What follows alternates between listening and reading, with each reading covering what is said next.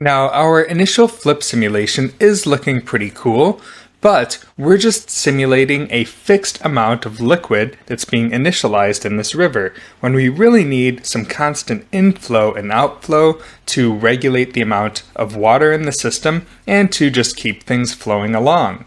So, to add this inflow and outflow, one way to do this is to use the gas guiding volume. So we can drop in this gas guiding volume DOP and connect this to the volume velocity input on the flip solver. And if you look at the gas guiding volume docs, that is mentioned under the tips here, so that will be helpful in case you forget where that's wired in. But it is worth noting that some of these things in tips in the documentation aren't necessarily incredibly strict rules. For example, they mention that the collision fields in the solver folder on the flip solver must be replaced with the guiding collision fields. However, in my case, I found that it actually looked a little bit better when I didn't update the collision field to use the guiding collision instead.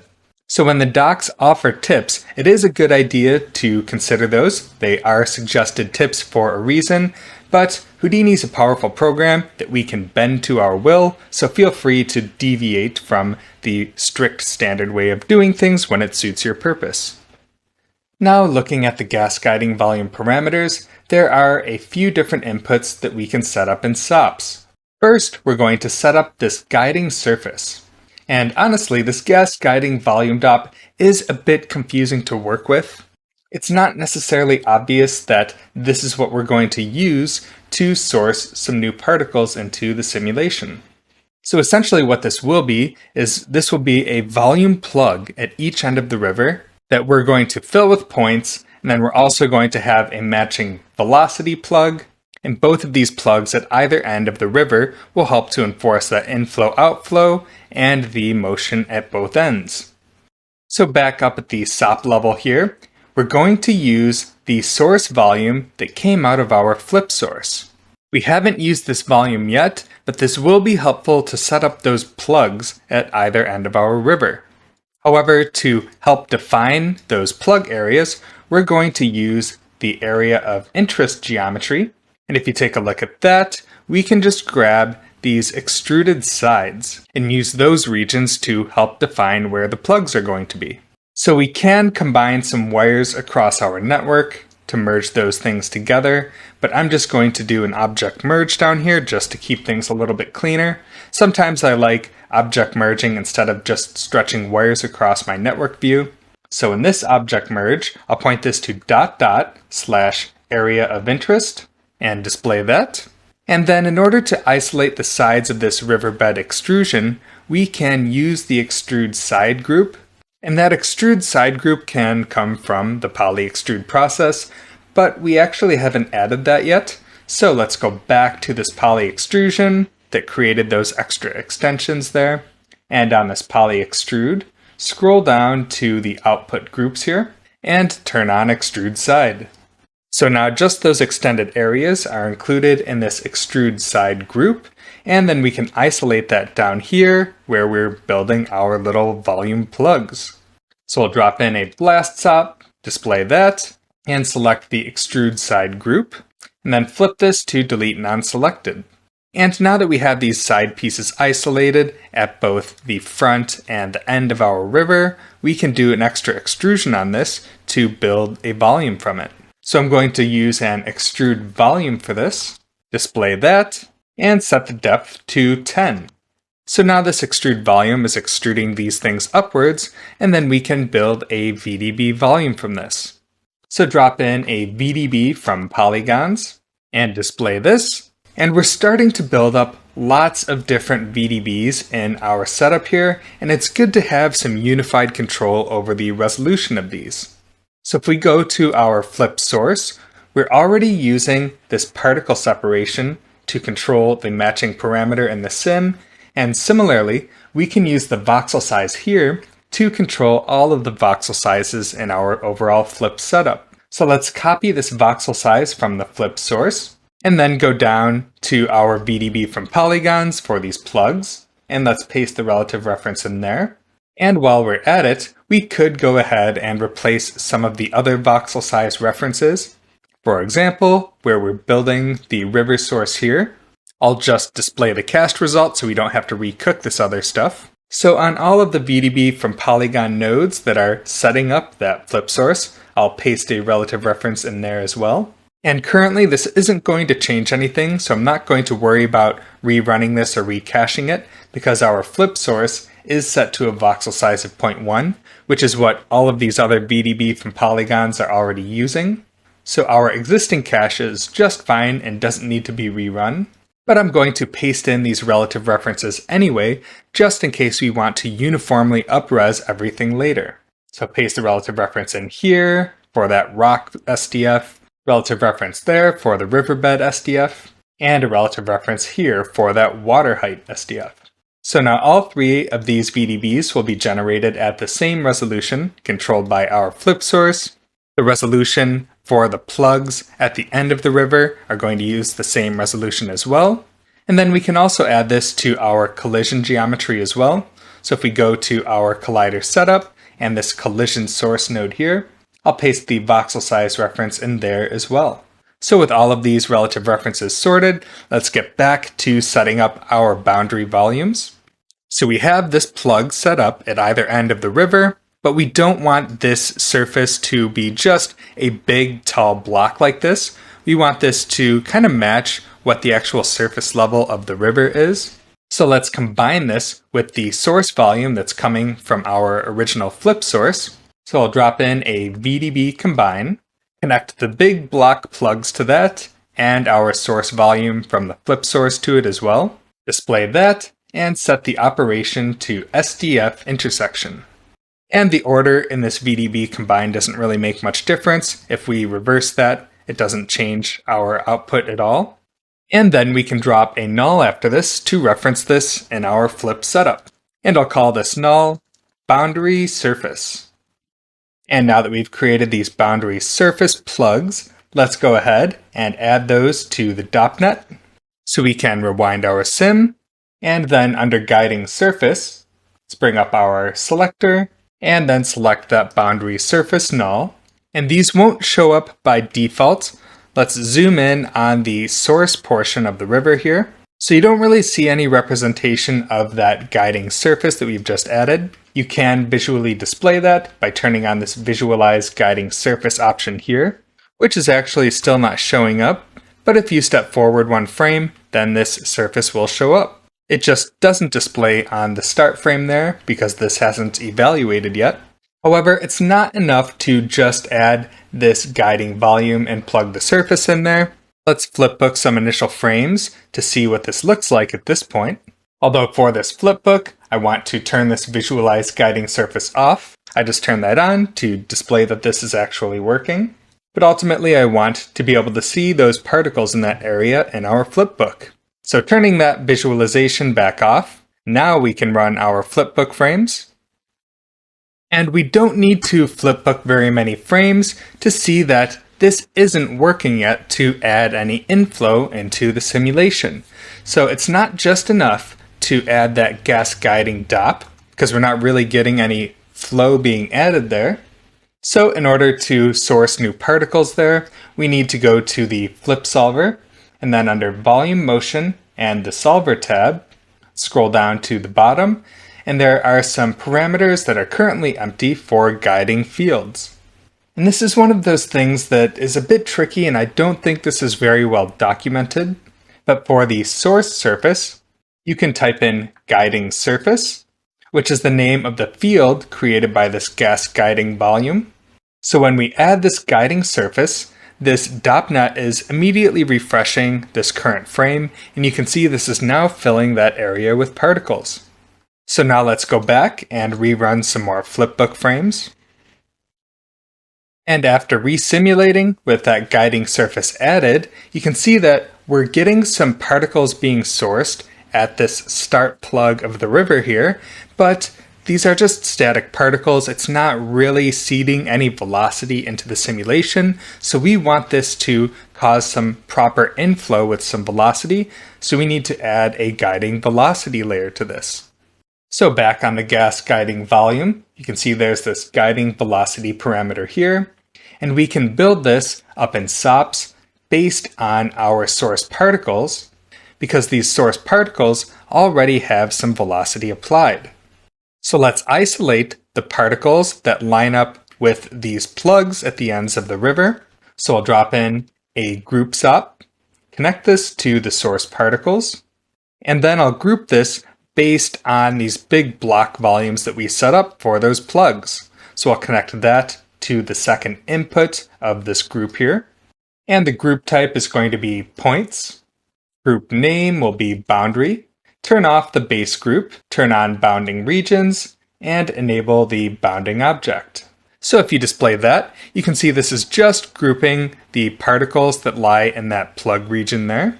And we can drop in a blast SOP, display the blast, select the boundary group, and flip that to delete non-selected. And then we can rasterize these particles into a velocity volume. So let's add in a volume rasterize attributes. In the attributes dropdown, we'll just select velocity.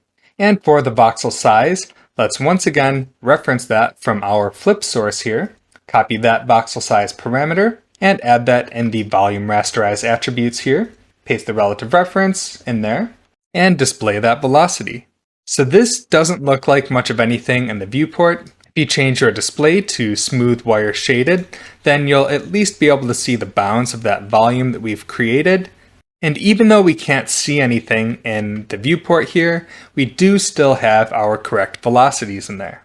That default fog style display for volumes doesn't really give us a good way of representing negative values. And because these velocities are flowing in the negative x direction here, these are primarily negative values for that velocity. But if you do want to check this to make sure that it's working properly, we can add in a volume trail. For this volume trail, you put the velocity volumes in the second input, and we can use our source points as the first input points to trail, and then display this volume trail. And sure enough, you can see that we are picking up these velocities. And we always have to make sure that when we add this to the simulation, we're adding the actual velocity volume and not the volume trail output. So I'll drop a null under the volume trail, call this visualize boundary vel, and drop in another null and connect this to our volume rasterize attributes, and call this one just boundary vel, because this is our actual boundary velocity volume. And with this boundary velocity volume set up, let's go back into our DOPNet, rewind the sim to the start frame, frame up on that source area there, and then let's add that volume to the guiding velocity here. So point that to boundary vel, and then flipbook some more frames. And after adding that boundary velocity volume input for the guiding velocity, now we're getting some nice inflow into our simulation. And if you're happy with these results, you can just stick with this. There are a couple things we can do additionally to change the behavior here, but overall, this is the core of what you need to do to get your input flow working. And this is part of why I mentioned when we looked at the gas guiding volume docs that some of these tips can be considered optional steps, such as their suggestion to add the guiding collision field instead of collision in the solver parameters, because clearly this is working without doing that, at least in this particular case.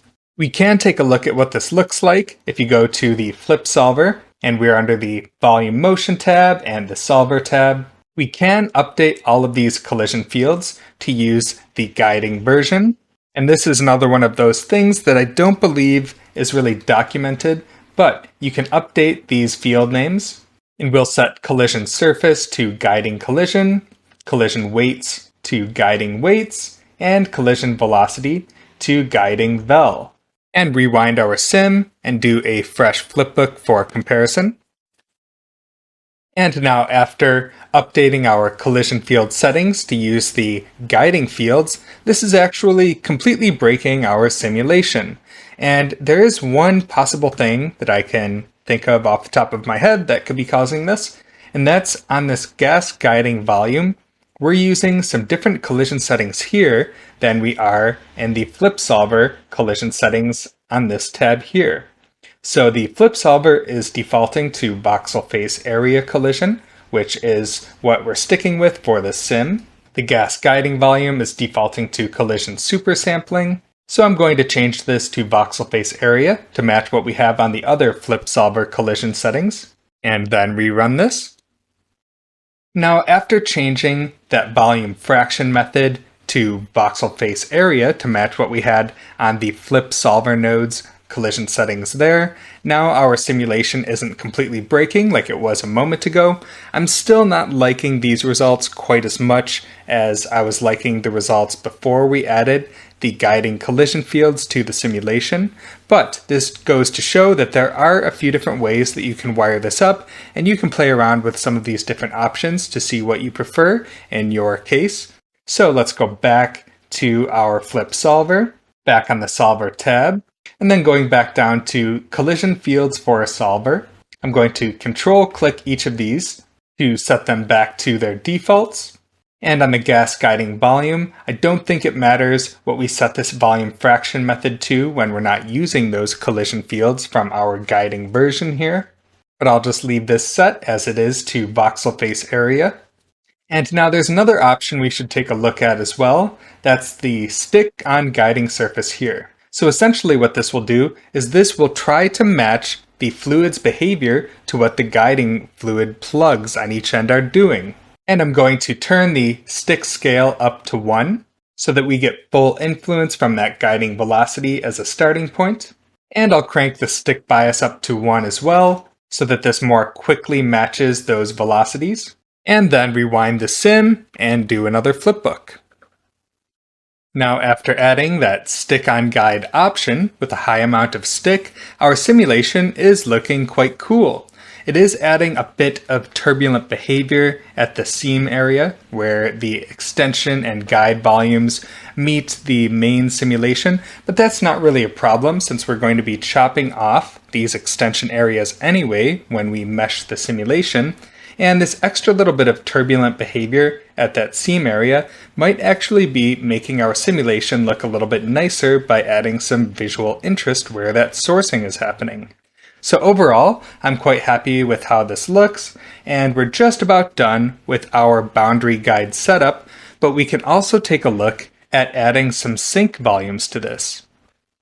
And so far, we've been mainly focused on what's happening in this source inflow region, but let's also take a look at the outflow area as well. So you can see we have all of these particles kind of pouring off the side of our simulation, and this might not really be a problem because we can just chop off this area once we start meshing our simulation for rendering. But we could also add a sink volume to delete the particles in these regions as well. So to create those sink volumes, let's go back up into SOPs, and let's merge in the base of our terrain. So drop in an object merge, and point this to object/environment/out base. And let's also make a reference copy of our sim scale. So back on the area of interest, grab that sim scale transform, right click, actions, and create reference copy. And we'll bring that sim scale down to where we've imported the base here, because currently our base is at a larger scale than the simulation. So let's scale down that base and template our area of interest. And let's zoom in on this here. And then we can transform our base to help define these little end areas where we want to kill any particles. So I'm going to add an additional transform after the sim scale, display that, and translate this up in Y a bit. And actually, let's use our centroid transform as well so that we can scale this based on the center point.